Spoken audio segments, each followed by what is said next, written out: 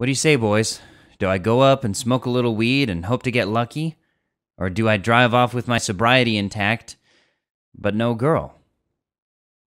Here's the deal, Josh. You've done really good with not drinking for over a year now. This is one good-looking gal, and you know you like her.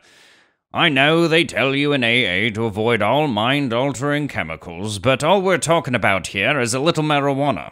Heck, this stuff is legal in several states now. Besides, your problem was alcohol. A little weed won't hurt you. You might as well get it over with, Josh. You've been a failure all your life, and you're bound to be a failure at this sobriety thing. Besides, if you were a real man, you'd be able to handle your liquor without going to all those pansy AA meetings. You know you're gonna relapse at some point or another, so you might as well do it now, where at least you'll get something out of the deal. Try to not be such a wussy.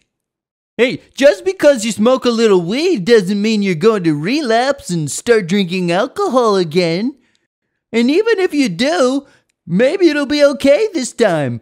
Maybe you could have a few drinks and manage it now. You know what scares me, Josh? What scares me is if you say no, you'll never go out with this girl again. You know what scares me even more, Josh? Maybe you'll never find love. Maybe you'll die a lonely and miserable man. Hey, bro. You've been working damn hard at this sobriety thing, and you've done really well. Don't you think you deserve a little bit of fun? I mean, nobody can blame you. You're in a tough situation.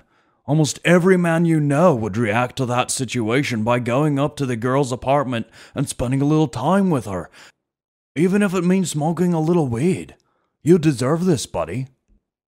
Wait a minute, let's not fool ourselves. I mean, smoking some weed probably will lead you back to drinking, and that might not be good, but let's take a look at this from the poor girl's perspective. I mean, you really like this girl and she likes you, and she just put herself out there a little and invited you up to her apartment, and she offered to share her marijuana with you. I mean, if you tell her no, she's probably going to feel a little embarrassed and then feel like you're even rejecting her. I mean, you're saying no to her might just devastate the poor girl. You should smoke the weed, Josh, but do it for her sake.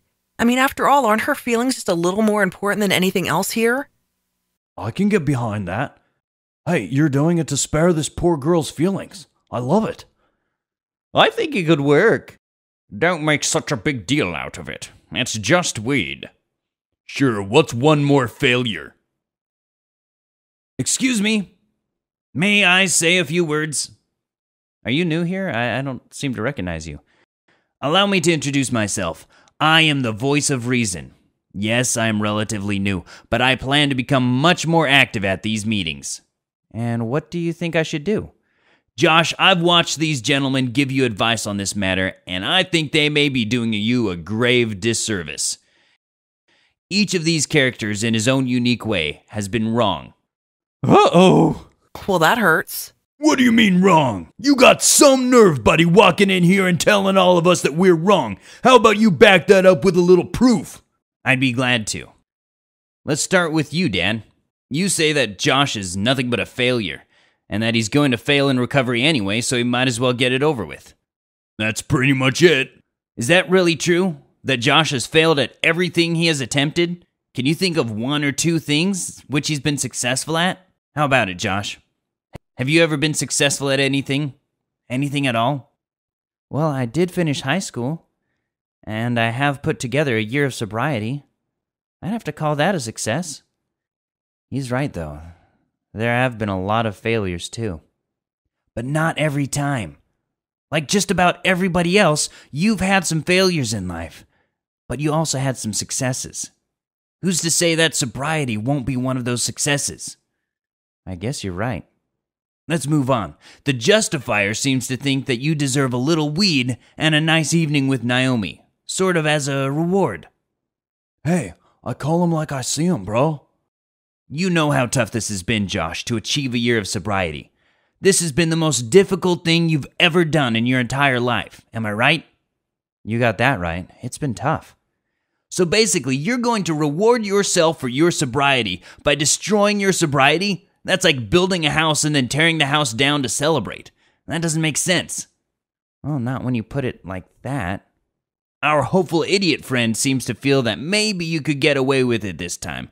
Maybe you could smoke a little weed and maybe even have a few beers without going back to your full-blown alcoholism. Hey, it could happen. Has it ever happened that way, Josh? Never. If I get a little bit messed up on weed, I always want to start drinking. If I have a few beers, it never stops there and I end up drunk again. So it probably wouldn't work out this time either, huh? Probably not. So when our friend the rationalizer says that it's just a little weed and that it's not going to hurt you, that's not true, is it? That's about as wrong as you can get. That brings us to our friend Codependence. Codependence had a pretty interesting argument that you should go ahead and smoke some weed so that you won't hurt Naomi's feelings. I have to commend her for being so sensitive to the people around her. I do try my best. The flaw in her argument is that she forgot to place any value on you. Basically, codependence wants you to throw away everything that's important to you and put yourself at grave risk just to avoid hurting Naomi's feelings. Does that sound reasonable to you? I wouldn't want to hurt her. But is it worth throwing away your sobriety and ruining your life? No, definitely not. And Mr. Fear over here. Mr. Fear believes that if you turn down the weed, you'll die a lonely man. Don't you think it's possible that if this girl was interested in you, other girls might be interested as well? I guess that could be true. Well, Josh, this is your life at stake, and it's entirely your decision to make. I'm sure you'll do the right thing.